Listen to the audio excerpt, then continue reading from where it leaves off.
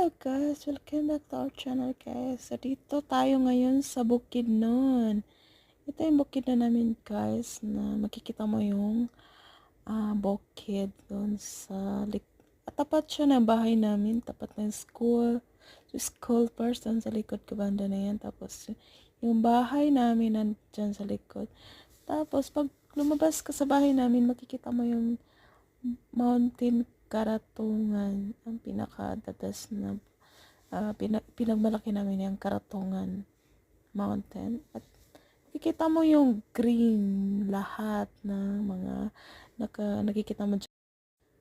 Dati dyan kami nagwa-work sa company. Nung wala pa akong trabaho dito, hindi pa ako lumabas. So, nung bago akong panganak dyan, ako nagtrabaho sa Sumipro. So, laking tulong sa bukid na yan na merong company.